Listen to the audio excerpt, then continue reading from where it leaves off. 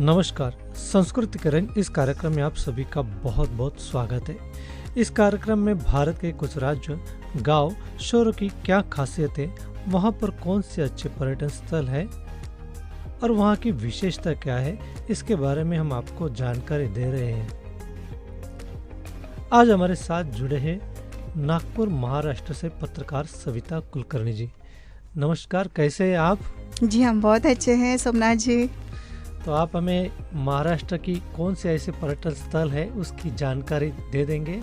जी हाँ, बिल्कुल देंगे। और सबसे पहले तो हम मधुबन में आए हैं, तो मधुबन के आप जितने भी हमारे मित्र हैं उन सभी का तो सबसे पहले हम धन्यवाद कहेंगे कि आपने मुझे दोबारा फिर से मधुबन में बुलाकर मुझे फिर से गौरवान्वित किया है।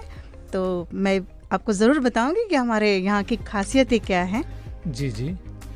हमारे नागपुर शहर से जो हम आपसे बात कर रहे हैं, तो नागपुर शहर में भी अभी दिन पर दिन जो है काफ़ी डेवलपमेंट होते जा रहा है।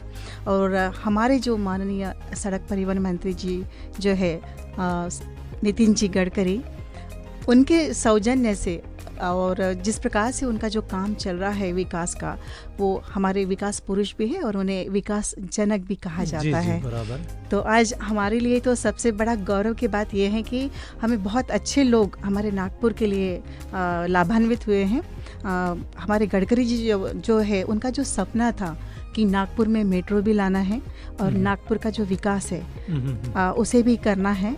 और साथ में जिस प्रकार से जो उनका काम है रेडियो, ये जो अपना रास्ते डेवलपिंग का जो सीमेंट रास्ते जो है, उन्होंने बहुत पहले चुनकर आने के पहले उनका सपना था कि हम जब भी चुनकर आएंगे तो अपने नागपुर शहर का जो कायाकल्प है वो बहुत सुंदर सा हम उसे डेवलप करेंगे।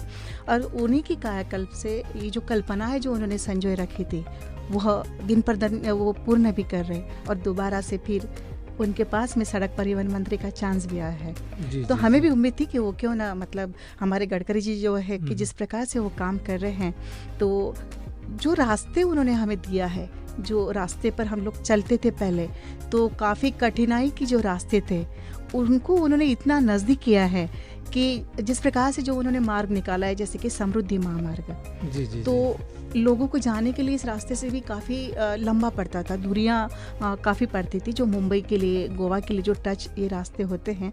तो ये बहुत सुंदर उन्होंने ऐसा जो रास्ता है, उनका जो सपना था कि समृद्धि महामार्ग में ऐसा निकालूंगा कि जिससे लोगों की दूरियां जो है वो कम होगी और गाँव भी लोगों को नज़दीक लगे। जी जी जी, बराबर। और जो पुलिया का जो डेवलपमेंट है, तो उन्होंने जो रास्ते हैं, रास्तों के साथ में उन्होंने पुलिया का भी काफ़ी अच्छा सुंदर ऐसा डेवलपमेंट किया है। जी जी। नागपुर का नाम लिया तो नागपुर में ज़्यादा करके देश में नाम मशहूर है संतरा के लिए। जी। तो संतरे के बारे में आप क्या कहना चाहेंगे? जी हाँ सर, आपने तो बहुत सुंदर सा नाम लिया है। संतरे का नाम लेते ही ज़बान में पानी भी आता है। और हमारा नागपुर शहर इतना सुंदर है कि अभी आप जैसे देखेंगे तो आप अचंभित रहेंगे कि हमें अपने घर के रास्ते जो है हम खुद ही भूल जाते हैं कि हमें किस रास्ते से जाना है। जो जिस प्रकार से इन्होंने जो डेवलपमेंट किया है, माननीय हमारे जो अभी डीसीएम है देवेंद्र जी फडणवीस और गडकरी जी, इनकी काफ़ी जो संकल्पना है, जो सपने थे उन्होंने जो साकार किए हैं, तो हालांकि इन दोनों का हमारा सैल्यूट है कि हम चाहेंगे कि इसी तरह से हमारा नागपुर बहुत ज़्यादा डेवलप हो। और दूसरा, उन्होंने जो एक सपना साकार किया था हमारे गडकरी जी ने, तो वो एक सपना उनका था फाउंटेन का।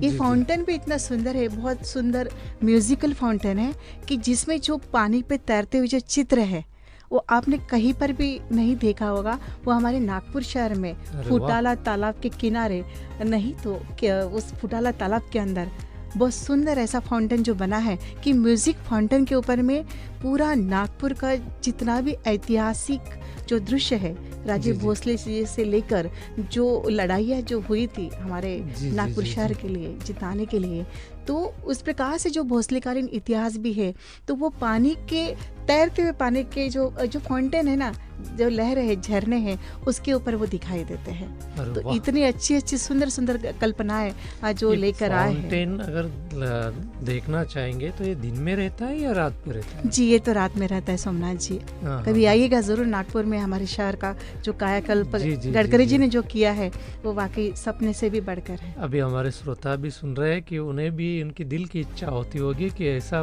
कौन सा फाउंटेन है जो हम जाकर देखें कि फाउंटेन के ऊपर पूरे ऐतिहासिक घटना का क्रम उसमें दिखाया गया है। तो ज़रूर हमारे श्रोताओं को हम बताना चाहते हैं कि आप भी कभी नागपुर गए तो फाउंटेन ज़रूर देखें। और फाउंटेन के साथ हम चाहते हैं कि हमारे श्रोताओं के लिए नागपुर का विशेष कौन से स्थान है, आप बताना चाहेंगे? जी हाँ, तो सबसे पहले तो हम आपको बता दें कि हमारा नागपुर का संतरा काफ़ी फेमस है। इसका स्वाद तो पूरा देश ही लेता है, परंतु जो नागपुर का जो संतरा है वो काफ़ी काबिल तारीफ भी है और हमारा जो संतरा है काफ़ी एक्सपोर्ट भी होता है हर जगह पर, तो नागपुर के नाम से ही जाना जाता है। तो नागपुर आइएगा ज़रूर, नागपुर की संतरा बर्फी भी खाइएगा और नागपुर का ऑरेंज, आपके ज़बान में भी पानी आएगा, इतने सुंदर हमारे यहाँ के ऑरेंज भी होते हैं। तो हम यही चाहेंगे कि हमारे यहाँ का जो सुंदर ऐसी जो पर्यटन स्थल है, तो इसमें हमारे जो गडकरी जी हैं तो वो भी काफ़ी अभी अग्रेसर है इन बातों में, क्योंकि जो उनके और भी सपने हैं कि पर्यटन को और भी बढ़ावा दिया जाए, तो ऐसे में वो बहुत सारी कल्पनाएं लेकर भी सामने आ रहे हैं। तो हमारे यहाँ पर जो है दीक्षा भूमि, साथ में है हमारे यहाँ पर ड्रैगन पैलेस, फाउंटेन तो हमने आपको बता ही दिया है, और उसके साथ में हमारा रामटेक किला जो है, जहाँ पर राम जी ने जब वनवास जा रहे थे तो विश्राम के लिए रामटेक को उन्होंने चुना था, तो उनके वहाँ पर बैठक भी हुई थी और वो वहाँ पर विश्राम भी उन्होंने किया था। तो ऐसे में हमारा जो रामटेक का जो गढ़ किला है, खिंडसी है, तो ये काफ़ी सुंदर ऐसे पर्यटन स्थल भी हैं। जी जी जी जी, बहुत अच्छा बहुत अच्छा। ज़रूर हमारे श्रोताओं को वहाँ आने के बाद देखना पसंद आ जाएगा। तो चलिए श्रोताओं, हम आगे बढ़ते हुए लेते एक छोटा सा ब्रेक, और हम यही चाहें